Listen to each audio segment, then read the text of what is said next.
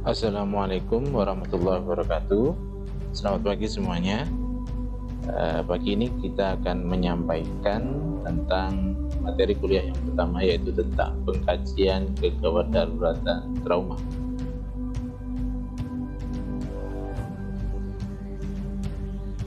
Latar belakang ya, trauma atau cedera injury ya, itu 73% dari seluruh kematian di usia 15-24.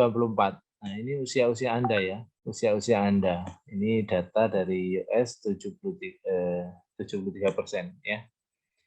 Anak-anak remaja, ya remaja sama dewasa awal itu meninggalnya 73% karena kecelakaan. Nah, kenapa? Ya, bisa dibayangkan nih, usia ini usia apa nih? Usia kebut-kebutan ya kan? Gaspol remblong ya. Kita tahu bahwa pengendara di usia ini sangat kebut-kebutan ya. Nah, itu potensi cederanya, kematiannya pada usia ini karena kecelakaan. Kemudian survival itu bertahan hidup ya. Itu berkaitan dengan seberapa cepat pertolongan yang diberikan sejak di lapangan sampai ke rumah sakit. Jadi, kemampuan bertahan hidup pasien cedera itu bergantung dari seberapa cepat pertolongan, tidak hanya cepat ya, tapi efektif, mulai dari tempat kejadian sampai dibawa ke rumah sakit. Nah itu, ini dikatakan bahwa so it's crucial that you know how to assess and manage the critical trauma. Jadi ini penting buat kamu, ya kamu itu siapa? Kalian tenaga kesehatan. Ya. How to assess and manage, bagaimana mengkaji dan manajemen dan menangani ya bagaimana. Jadi ini penting banget ya. Kenapa? Karena bertahan hidupnya pasien trauma itu bergantung mulai dari lapangan sampai ke rumah sakit. Jadi ini pengetahuanmu tentang pengkajian dan manajemen critical trauma itu most efficient way ya. Sangat atau yang paling penting untuk keselamatan pasien. Nah, kemudian kalau saya gambar dalam bagan begini, primary survey yang pertama, ya primary survey yang pertama tadi terdiri dari scan sysap, ya, apa scan sysap tadi? Persiapan, Pak. Persiapan, Pak. Oke, jadi persiapan ya, nanti persiapan alat, persiapan pasien, persiapan petugas, persiapan kondisi di lapangan kayak apa tuh. Oke, terus yang kedua initial assessment. Initial assessment itu tahap mengkaji paling basic dan paling berbahayanya apa ya, yang kaitan dengan nyawa. Ya, terdiri dari cek keadaan umum, lalu cek kesadaran, lalu airway breathing circulation ABC. ABC dong nggak cukup ya, jangan dianggap pengkajian Gadar itu ABC. Oh, bukan. ABC hanya untuk mengetahui kondisi yang paling mendekati ke nyawa. Oke, penyebabnya harus kita cari. Nah, penyebabnya ada ke kanan apa ke kiri? Ke kanan, kita lakukan. Kalau pasiennya itu tidak stabil, ya tidak stabil, hasil dari pengecekan inisial ABC-nya nggak stabil, maka yang dilakukan adalah rapid trauma survey. Nggak stabil itu apa? Waduh, napasnya wis mengkis-mengkis sesek banget, atau pasiennya wis ambekane satu-satu ya. Terus pasiennya itu wis kayak pucet ya, kayak kehabisan darah ya. Pasiennya itu wis waduh dedel duel ya, cederanya hancur, misalnya tangan kaki apa kulitnya terbuka semua. Nah, ini enggak stabil ya. Nah, maka kita harus lakukan rapid trauma survey ya. Lalu kalau stabil, nah, stabil pasiennya itu api ya, cuman cedera sobek kulit di tangan, ada apa ya, kita bisa lihat lah pasiennya ABC-nya nggak apa-apa, nggak sesek, sirkulasinya nggak apa-apa. Nah, maka kita ke fokus. Ya, fokus exam. Kalau sudah fokus exam atau rapid trauma survei, maka load and go. Ya, pergi ke rumah sakit, hubungi petugas rumah sakit, atau dia tidak load and go, kita lanjutkan ke secondary survey. Oke, sekarang scan sysap. Apa itu scan sysap? Tahap persiapan terdiri dari satu, universal precaution, ya. Sampean petugas kesehatan, ya. Sekarang di era COVID, saya yakin semua orang itu ngerti betapa pentingnya universal precaution, alat pelindung diri, ya. Oh, cek gak kena COVID, maskeran gitu kan. Cek gak kena COVID, petugasnya harus pakai baju hazmat, lalu pakai sarung tangan. Nah, itu universal precaution terhadap virus COVID. Tapi kalau universal precaution karena penyakit lain yang kita nggak tahu, ya tidak harus pakai hazmat lah. Tapi harus apa? Kalau mau kontak dengan kulit pasien yang banyak darahnya karena cedera, wajib pakai universal precaution. Ya, jangan sampai petugas kesehatan tangannya kontak jibrat darah. Jangan sampai itu sudah tidak mengikuti prosedur. Ya, ono sampean nolong tangani, tangan sampean bekas ngecap darah itu sudah jelek, ya, sudah false, sudah salah total, ya. Jadi nggak boleh, yang kontak adalah sarung tangan, ya, kontak dengan darahnya, dengan muntahannya, dengan cairannya dari pasien apapun, ya, itu wajib pakai sarung tangan dengan kasus cedera. Lalu masker itu tergantung, ya. Kalau aman awal pakai masker, ya. Tapi kalau luka-lukanya yang tidak kemungkinan infeksius atau masker adalah opsional, pilihan, bisa iya bisa enggak. Kalau sarung tangan wajib, ya. Ini saya bilang wajib.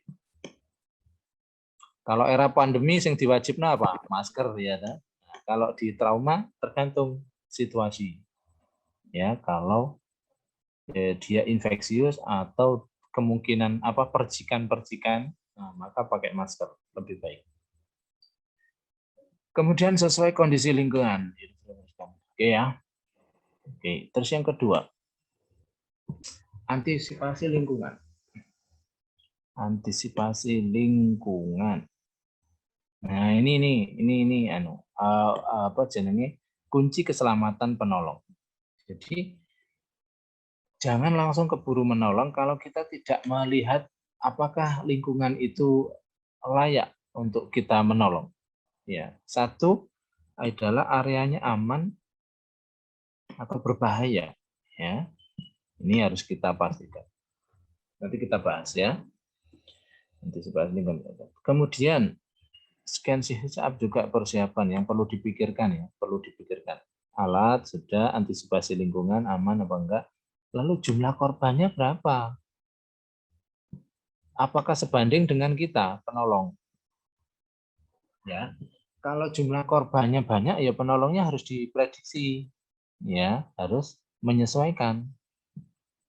Kalau jumlah korbannya rombongan satu bis, ya 45 kan biasanya begitu, ya. Lalu masuk ke jelungup ke sungai, ya, atau ke jurang, ya.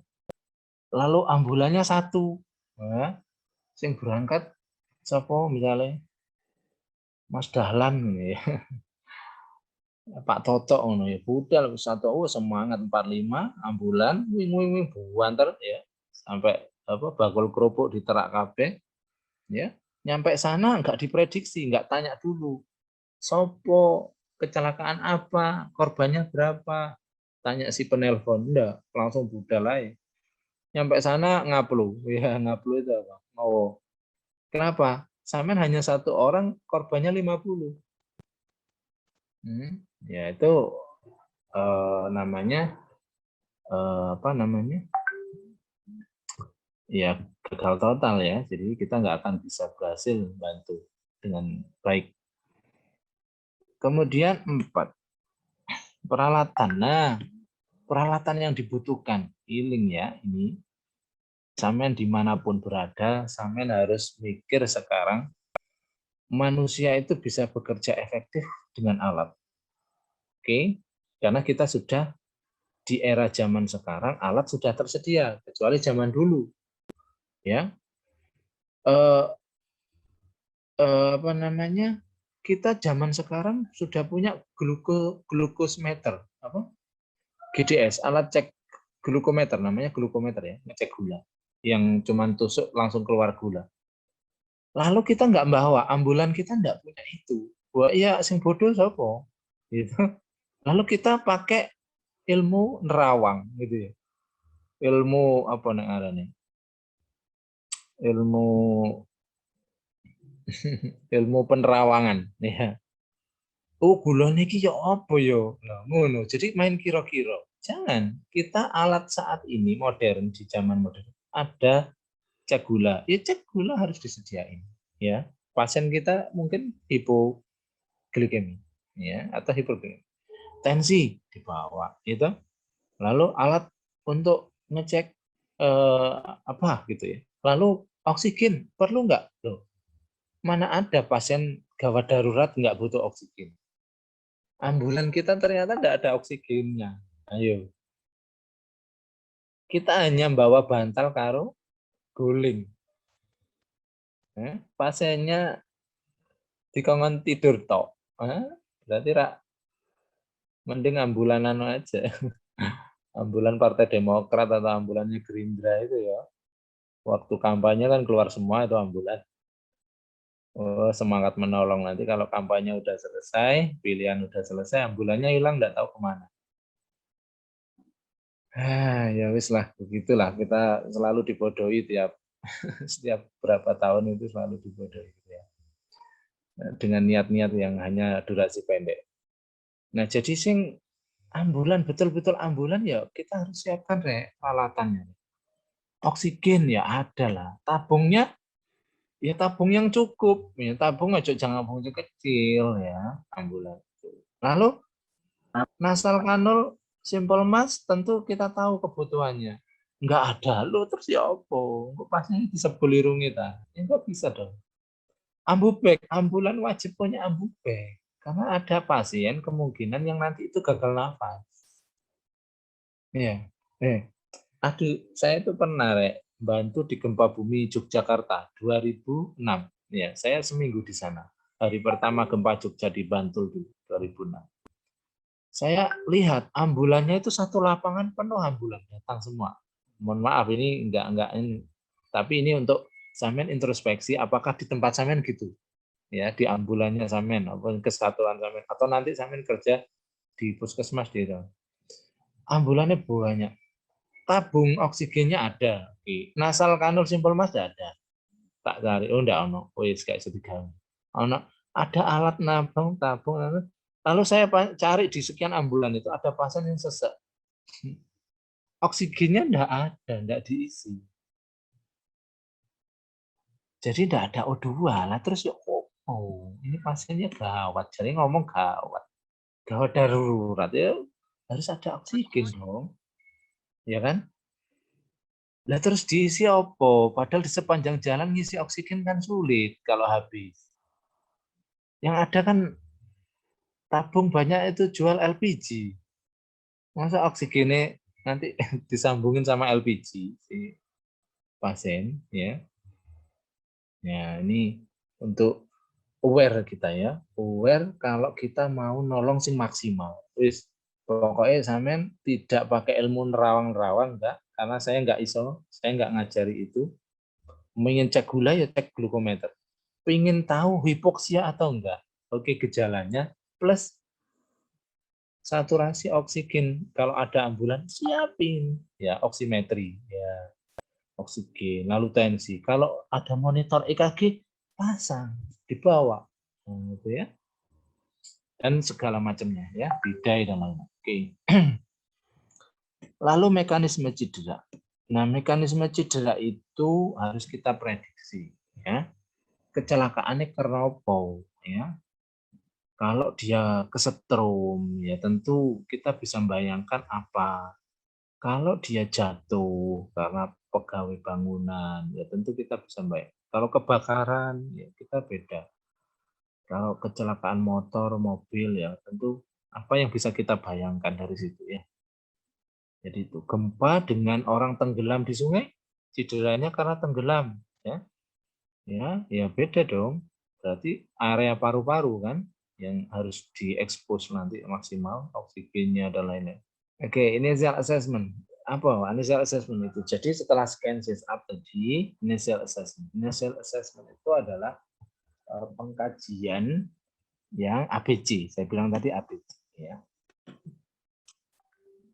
Nah, sebelum ABC kita harus tahu keadaan umum, ya. Keadaan umum itu ya wis didelok, ya, didelok pasiennya kayak apa. Nah, itu wis menggambarkan parah tidaknya, ya. Kemungkinan gawat enggak? Ono uang mari tabrakan kok langsung turu. Gawat enggak kira-kira? Siap gawat, Pak. Gawat, Pak. Yes. Wis, amin bayang none sing kedua. Ono arek tabrakan cedhur. Wis ya, sampean gurung ngecek iki. Areke langsung senden, mari karo guyang-guyu. Gawat enggak kira-kira?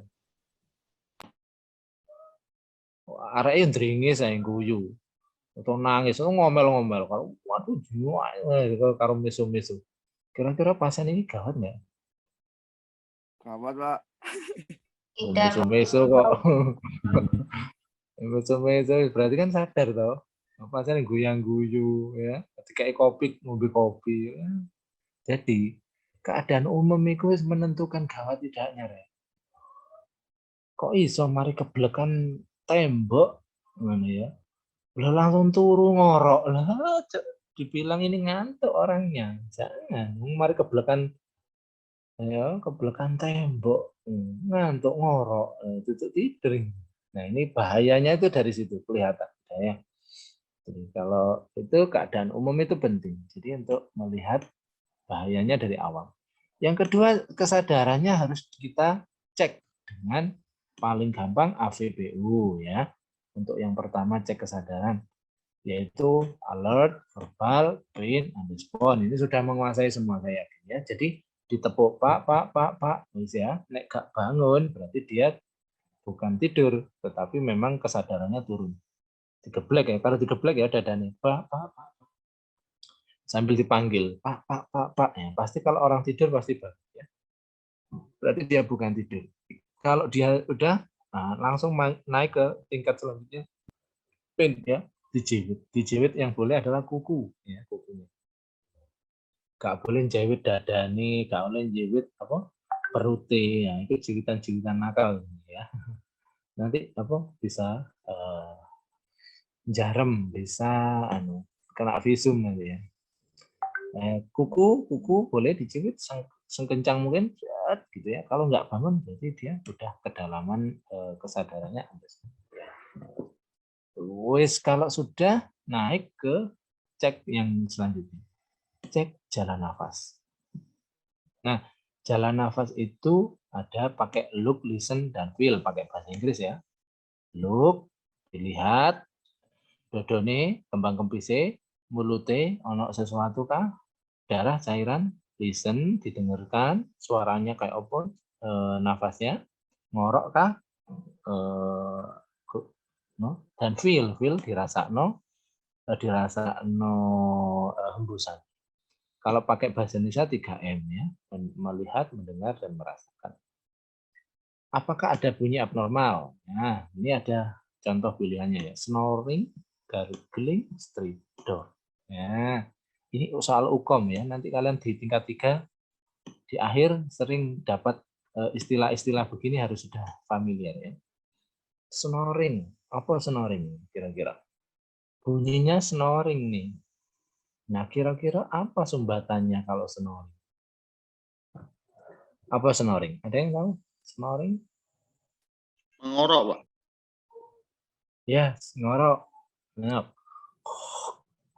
ini ya, kita contohnya ya. Gitu.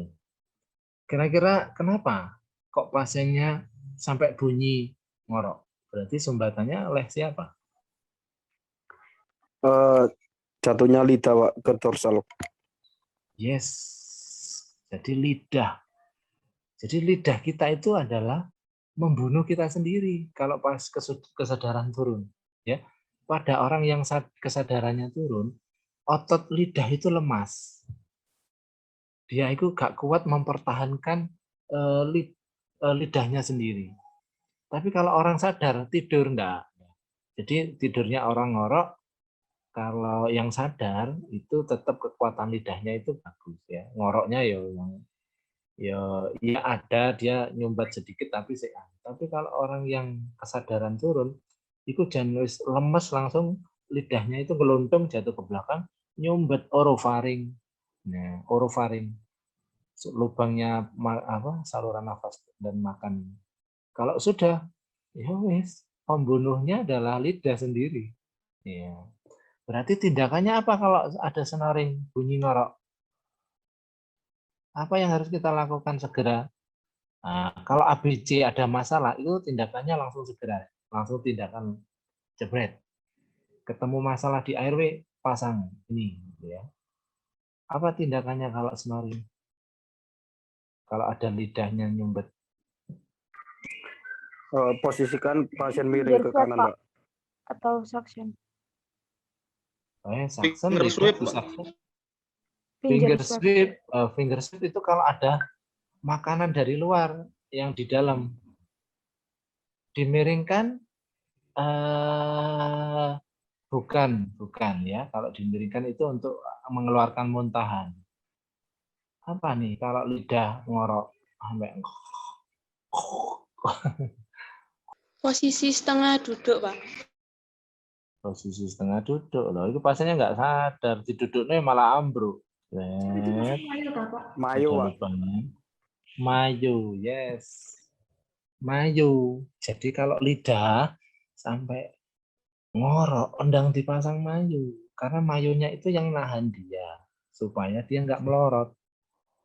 Ya, kita kan pasien kalau korban itu kan selalu telentang toh, posisi telentang. Nah, jadi dia ditahan oleh mayu, segera dimasukkan mayu. Tahu caranya masang mayu kan? Ya, masuk menghadap langit-langit, nanti dapat separuh, diputer, didorong, jelek.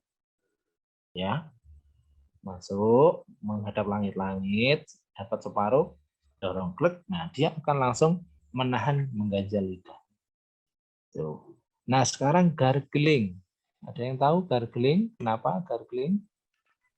Adanya cairan di Pak. Yes. Cairan apa? Darah. Kalau pasiennya kecelakaan di daerah kepala, darah di mulut banyak. Ya, bisa. Terus muntahan.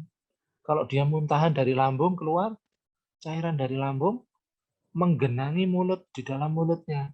Nah, makanan, kalau makanan nanti beda lagi. Jadi gargling karena cairan. Ya. Karena ini liur. Ya, liurnya banyak. Nah, berarti apa solusinya kalau ada gargling? Jadi krok gitu ya. Suction, Pak. Suction. Pak. Darahnya banyak di mulutnya. Giginya rompal kan, misalnya. Mau kecelakaan giginya udah kena tatap aspal, darahnya banyak. Wah, harus di suction. Nah, kalau ambulan kita ada suction, wah bagus banget. Udah gak bisa nulis suction. Ya, bagus banget. Nah, jadi alat suction adalah alat emergency. Ya, itu perlu dibayangkan kalian untuk dipersiapkan ya. Jangan dipikir nanti harus, aduh, finger swab pakai kasa kan bisa Pak. Lah itu kan zaman tradisional ya, tapi sekarang kan ada alat lebih efektif, lebih bersih ya. Jadi bisa nggak disediakan di ambulan? Bisa. Ambulan-ambulan yang lengkap bagus ya ada ya, itu disediakan. Nah, terus suction ya. Jadi stridor. Kalau stridor apa? Napas bunyi, Pak. Nafasnya bunyi, ya bunyinya kira-kira Ya, nanti kalian browsing lah ya di YouTube. Saya angel loh, aku tak tiru-tiru Strider suaranya. Dan YouTube ya, Strider itu karena penyempitan disebabkan edema di trakea. Jadi trakeanya edem, satu karena alergi, ya, dua karena menghirup udara panas. Edemanya di daerah trakea itu penyebabnya alergi udara panas. Wis itu pembunuh yang disebabkan karena alergi atau udara panas. Jadi kalau ada stridor, maka pasiennya nggak iso nafas karena kejepit oleh edemanya di trakea. Nah itu alatnya adalah solusinya adalah dipasang ETT, ya, endotracheal. Ya ini jadi kalau ETT ya harus tahu, harus bisa. Nah ini nanti waktu kalian kalau ikut tingkat 3 akhir biasanya ikut BTCLS ya. Nanti kalian dapat sertifikat tambahan BTCLS. Nah itu diajari masang ETT. Tapi masangnya nanti di kambing ya. Masa orang boleh dikai latihan ya nggak boleh tahu. Karena nanti untuk waktu BTCLS itu latihan masang ETT-nya di kambing. Ya, kambing. Nanti kalau kambingnya dibius tapi kambingnya jadi cek loro sakno kan. Lah setelah itu nanti kalau sudah mari selesai semua kalian, kambingnya kan wis terus disembelih, terus dibuat sate ya. Nanti dimakan bareng-bareng satenya. Oke, jika ada hambatan airway ya, hetil chinlift ya. Ini hetil chinlift ini basic ya, jadi di kepalanya diangkat. Tapi kalau untuk cedera kepala jangan hetil chinlift tapi pakai jaw thrust. Finger swab, suction ini kalau prinsipnya adalah yang ringan ya, gangguan-gangguan ringan ya, finger swab. Kalau ada benda yang di dalam mulut ya diambil ya. Nah, sekarang breathing. Breathing itu normalnya ya ini saya pakai prinsip emergency ya. Kalau emergency itu maksudnya pakai standar yang sedang. Gini, saya katakan bahwa ini 10 sampai 20 ini pakai standar emergency ya. 10 sampai 20 nafas per menit ya. 2 kali nafas per menit. Nah, berarti kira-kira kalau orang ini kan kondisinya rileks gitu. Pasien itu rileks. Tapi kalau sampean jangan bayangkan misalnya pasien orang berlari itu kan nafasnya pasti cepat ya, ngos-ngosan apalagi bukan olahragawan. Dia lari nafasnya 30-40 kali per menit. Normal enggak itu? Ada orang lari 40-30 kali per menit, lari 100 meter itu. Benar. Satu lapangan bola dikelilingi. Itu nafasnya 40 atau 30 kali 35. Normal enggak? Normal, Pak. Ya, normal, Pak. Normal ya toh. Oke. Ono pasien sedang marah-marah. Bertengkar sama suaminya. Nafasnya 35 kali per menit. Normal enggak? Siap tidak, Normal, Pak? Pak. Ya normal. Oke. Nah, kalau pasien emergency itu kan rata-rata kritis dan dia kondisi tidur rileks. Kalau tidur itu kan rileks. Ya, dia istirahat. Anak uang tidur, sampean cek ya. Anak uang tidur, nafasnya 30 kali per menit. Sampean geletak lagi santai, nafasnya 30 kali per menit. Kayak orang lari. Normal enggak? Siap tidak, Pak. Tidak. Jadi yang dimaksud 10 sampai 20 ini adalah kondisi rileks. Ya. Jadi kalau kondisi rileks kok nafasnya 25, 30, yo gak normal, Rek. Tapi dilihat kondisinya loh. Makanya saya bilang ini adalah kondisi rileks. Jadi 30, yo gak normal. Ini sesak.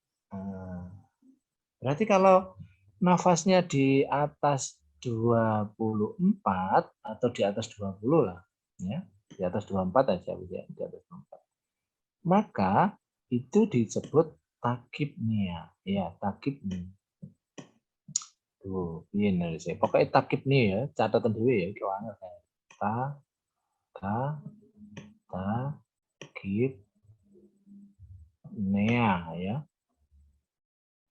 Takibni. Apa takibni? Takibni itu adalah nafasnya lebih dari 24 kali per menit atau 25 ya gampang-gampang.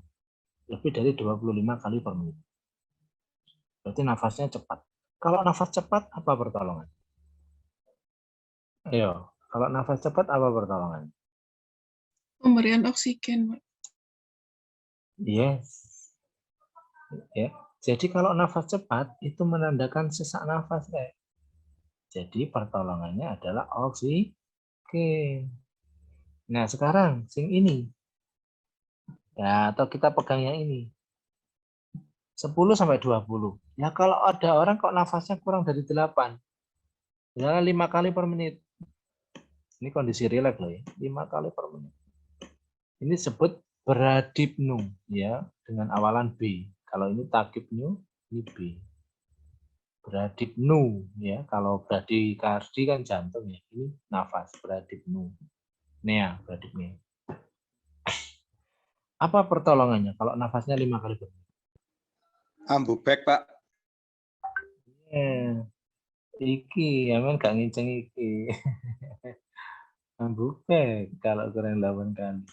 Nginceng bawah ya. Kalau lebih dari 24 beri oksigen ya. Ya, ini sesak. Jadi kalau lebih dari 25, cirinya orang sesak itu nafasnya pasti lebih dari 25. Kondisi istirahat. Tapi kalau orang kurang dari 8 itu namanya bradipnu. Bradipnu adalah ambubek. Kita yang ngirim oksigen, kumpul kuk kuk kuk gitu ya. Nah, ambubeknya disambungkan dengan oksigen juga ya. 10. Nah, pemberian ambubek itu rata-rata normalnya minimal 10 kali per menit. Kayak nafas kita yang minimal kan 10. Maka 10 kali per menit. Jadi 1 kali pompa itu 6 detik. Jadi 60 menit 1 menit kan 60 detik. Jadi 1 kali pemberian itu 6 detik. Makanya ada istilah orang-orang zaman dulu ngajarinya gitu. 1000, 2000, 3000, 4000, 5000, 6000, ces. 1000, 2000, nah gitu loh. Ya maksudnya itu 6 detik. Kan tik, tik, tik. Ya kan gitu ya, 1 detik itu kan nggak cepet loh, jam itu kan ya tik. Nah, oke, sekarang sirkulasi ya. Sirkulasi apa yang dicek yaitu nadi radialis ya kalau di tangan ya, nadi karotis di leher ya. Ya, nadi. Kalau yang emergensi banget mau mati apa enggak ini karotis, kalau radialis ini orangnya ya sih kelihatan bergerak-bergerak ya cek radialis ya. Kecuali pasiennya nggak bergerak banget cek karotis ya. Nek sih bergerak-bergerak cek radialis ya. Oh koncone sampean yo guyang guyu cek karotis. Iki mati apa enggak ini. Jangan. Nah, kaji frekuensinya, ritmenya, kualitasnya yang dicek dari nadi. Yang pertama, frekuensi. Nah, frekuensinya itu adalah pertama ada apa enggak ya? Kalau ada apa enggak itu di sini, ngeceknya di karotis. Pasiennya kok meneng ae, digeblek-geblek gak tangi. Cek karotis. Oh, ada apa enggak? Kak ono ya berarti ya wis gak ono ya. Tapi kalau dia bergerak-bergerak ya, kalau merintih-rintih ya, cek radialis saja. Berarti kan orangnya sih hidup. Nah, cek radialis itu adalah ngitung berapa nadinya. Piro kisaran nadi normal? Mbak 80 sampai 100. 80 sampai 100. Wah, kemahalan ya. Sampai 80, Pak. Kira? 60 sampai 80, Pak. Wah, ini kemurahan kali ini, kemurahan. 60 sampai 100, Pak. Ya, sing pas iki. Bakul sing pas iki. Mang sing Helmi itu, Mas Helmi ku kemahalan bakulane, sing iki mang kemurahan. Sing bener 60 sampai 100 ya. Ya, jadi kalau nadi rentang 60 sampai 100 normal. Nah, kalau yang nggak normal berarti lebih dari itu. Dengan catatan kondisi istirahat ya. Lagi-lagi saya bilang ini adalah kondisi istirahat. Kalau orang lari dikejar anjing, ono pocong ya sih wajar kalau nadinya 120. Tapi nek istirahat kok nadinya 120, dia abnormal. Ya, sampean teko mari ngono ndelok pacare apa mantane kok waduh goncengan karo konco karo pacar liya ya. Baru nadine sampean 120 ya normal. Tapi nek sampean gak ono apa-apa, lagi turu ndelok TV lah kok nadine 120, berarti gak normal. Nah, 120 ini disebut apa? Takipnia. Kok takipnia? Takikardi. Ya. Misalkan 120 itu takikardi ya. Ya. Orang kondisi istirahat kok nadinya 120. Kira-kira habis kecelakaan lagi. Habis cedera misalnya, kebelekan tembok, tabrakan motor. Dia tidur ya. Mari ngono ono darah ya keluar atau enggak ada darah, enggak terlihat darahnya. Nadinya 130. Ini tanda apa ya? Apa ya kira-kira yang terjadi kalau misalkan ada orang, apalagi kalau terlihat di situ ditambahi pucat ya. Shock, Pak. Shock. Iya, shocknya kenapa kira-kira? Kalau orang cedera, akalnya dingin, nadinya 130. Iya. Jadi kemungkinan perdarahan itu ada dua, terlihat dan tidak terlihat. Ya. Jadi kesimpulan adanya perdarahan jangan hanya kalau terlihat keluar dari kulit, jangan. Kemungkinan perdarahan itu juga ada di dalam. Misalkan di perut dan dada, di dalam rongga perut, di bawah kulit, itu ada, Nek. Di dalam otot ya. Nah, jadi perdarahan itu menyebabkan petunjuknya nadinya meningkat. Lalu dia pucat, akralnya dingin. Loh, lah iki shock iki ngono ya. Jadi sampai ngeceknya ke nadine, loh kalau nadine banter 120. Loh kok badannya dingin. Loh, kok pucat ya, di daerah mata kok pucat ya, atau di wajahnya wajah, jangan langsung ke mata. Wajahnya kok pucat. Nah, maka ini adalah shock. Kalau cedera rata-rata kena perdarahan. Kalau orang dehidrasi, diare, nah ini juga mengalami hal yang sama kalau memang dehidrasi. Nah, apa yang harus dilakukan kalau terlihat nadi cepat, pucat, dan akral dingin? Apa yang harus dilakukan? Cari sumber perdarahan, Pak. Yes. Kalau yang terlihat, kita harus cari. Ya. Jadi digeledahi, kelambinya dibukai. Kalau ada rembesan di kain, nah nanti itu kita langsung tutup. Intinya harus gitu. Ya, harus segera ditutup. Kebocorannya di mana? Dicari. Ya, tutup.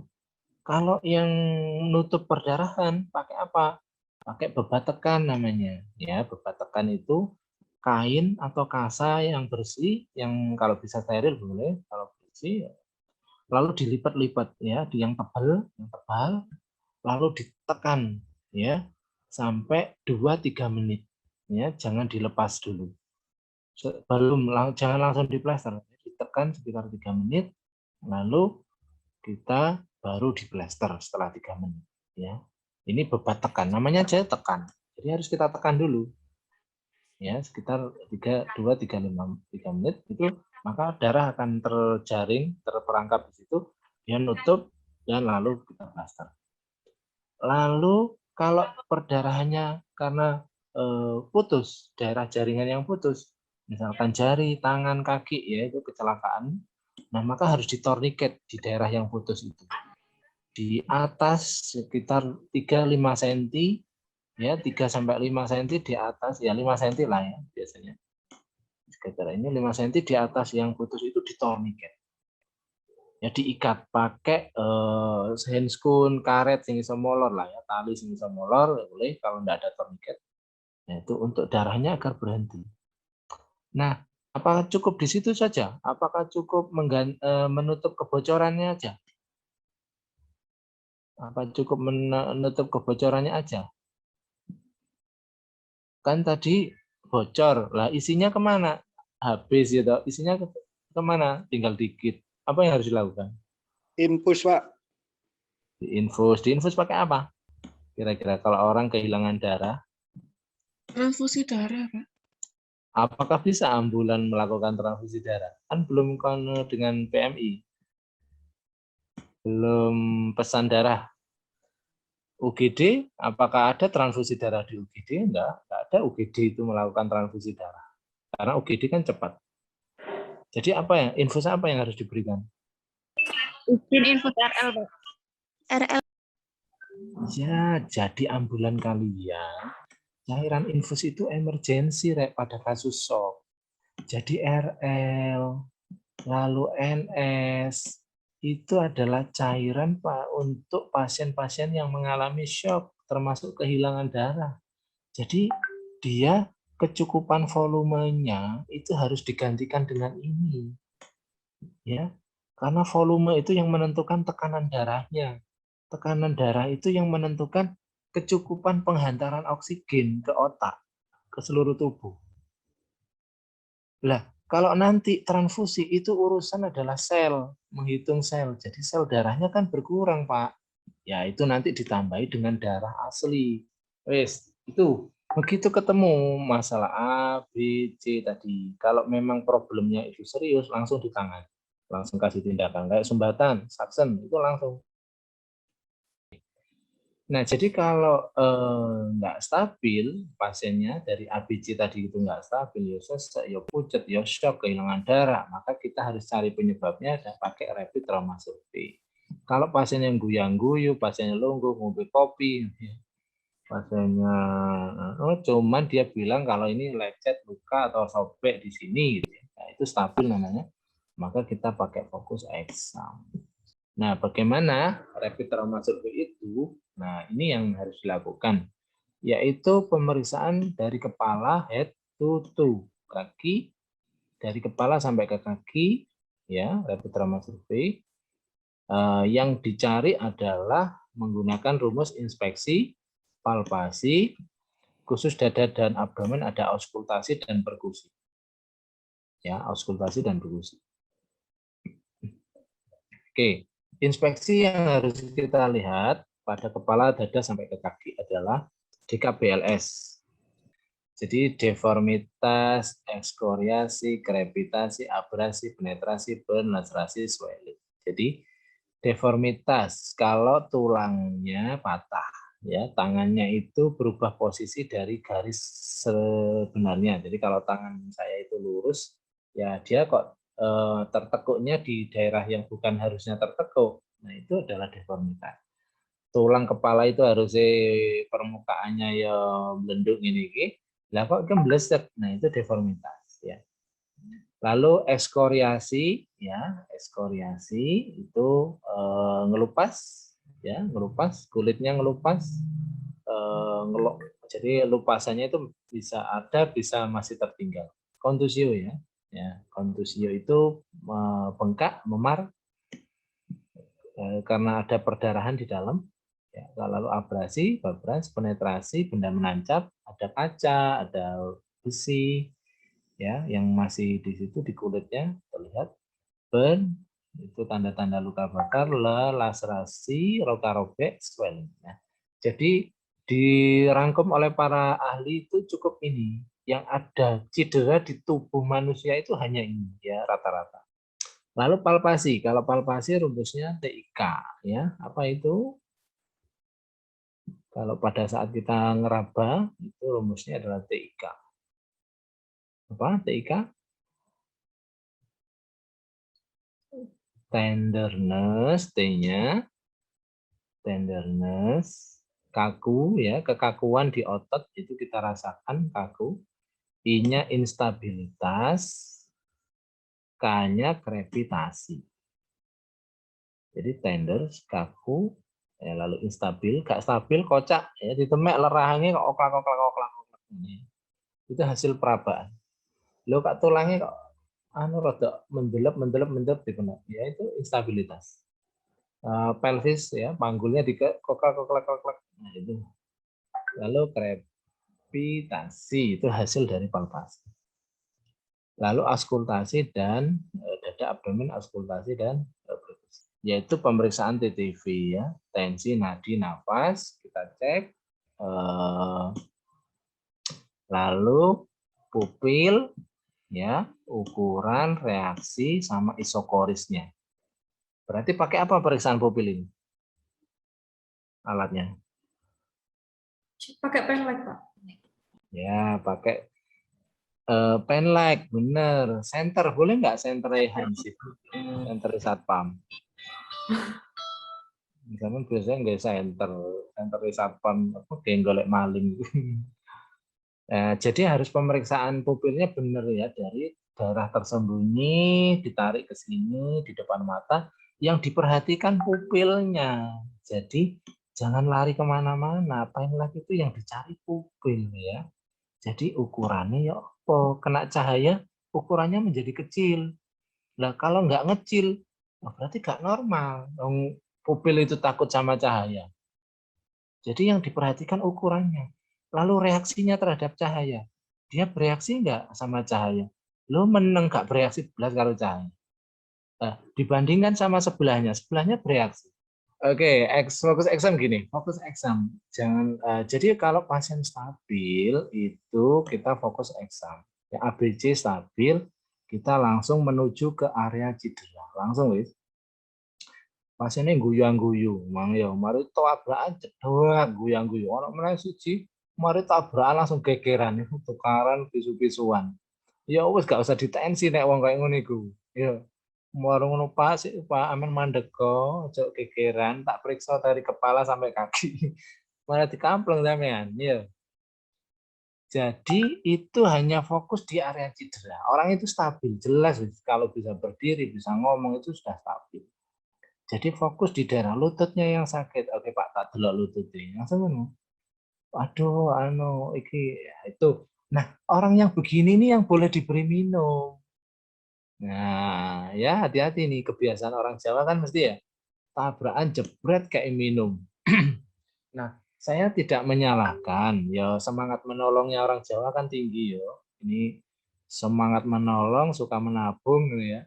Tapi lihat dulu pasien yang stabil yang boleh. Stabil yang boleh. Kalau nggak stabil, ojo, mang itu enggak ada urutannya minum itu emergensi. Tindakan emergensi nomor 1 kasih minum, enggak ono. Karena minum masuk lambung, lambung penyerapannya lama. Kalau sama-sama shock itu tindakannya ya diinfus. Kalau memang butuh cairan loh ya. Jadi tidak ada urutan tindakan emergensi minum nomor 1 sampai ke 10, 11, 12, 20 down.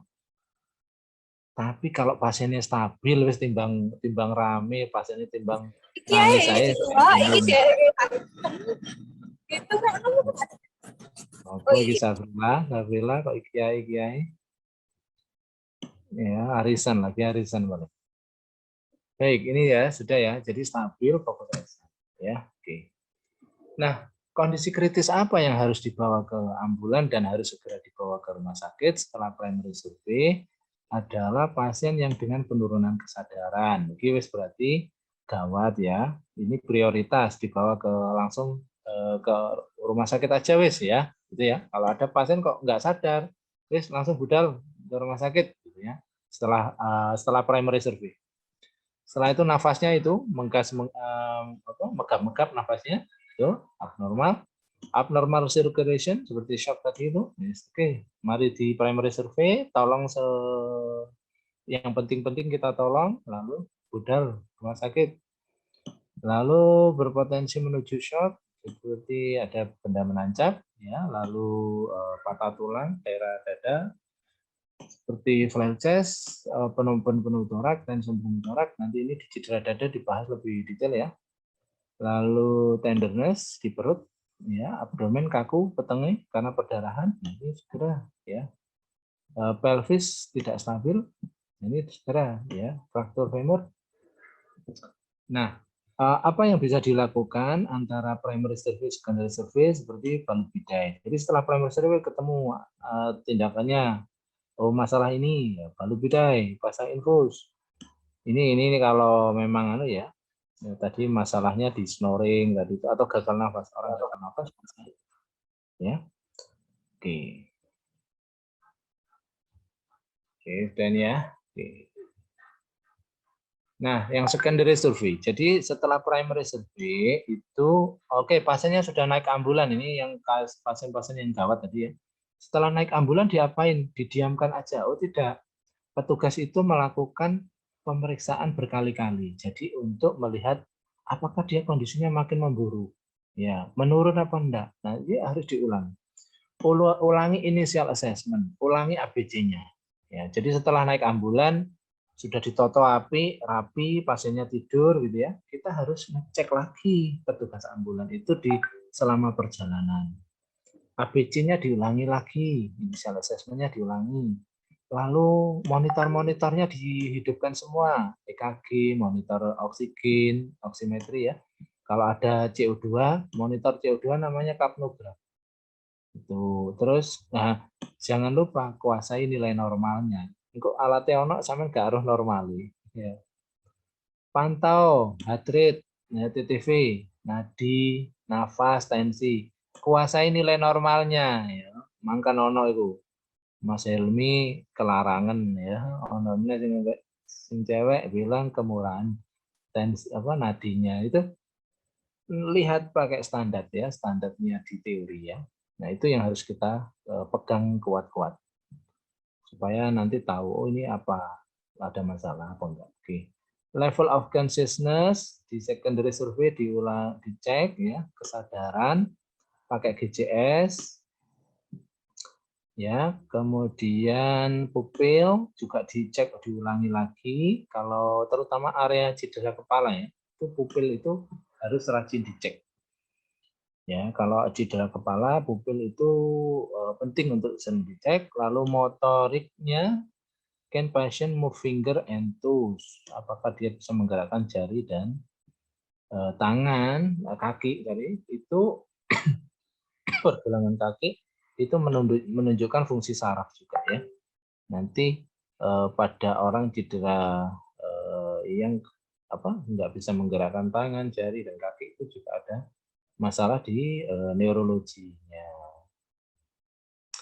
Ya, ini bonus ya, bonusnya yang kalau ini kan mengulangi aja ya, ulangi ABC sama mengulangi ini. Nah, mengulangi pada secondary survey head to toe. Mengulangi head to toe, kenapa? Karena siapa tahu kondisinya makin menurun. Nah, kita harus cek lagi sambil perjalanan gitu.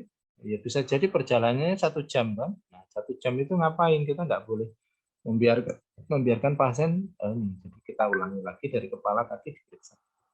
Silakan. Ya, di sini absen ya kita. Oke.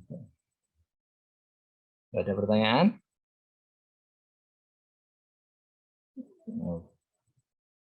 Oke. Perkuliahan yang cara manual, maaf. Nah, ini pertemuan kedua. Oke, pengkajian. Pertemuan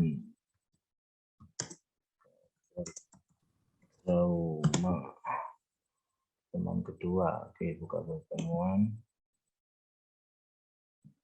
Tampilkan barcode. Yuk, silakan yang kelas A. Baik itu ya. Jika memang nggak ada pertanyaan, mungkin karena waktu juga selesai, materi selesai, kita besok Pak Jamil ya, materinya Pak Jamil. Saya ketemu di pertemuan yang berikutnya. Sudah, nggak ada pertanyaan ya? Mungkin itu, mudah-mudahan bermanfaat materinya. Sekian, saya akhiri. Assalamualaikum warahmatullahi wabarakatuh.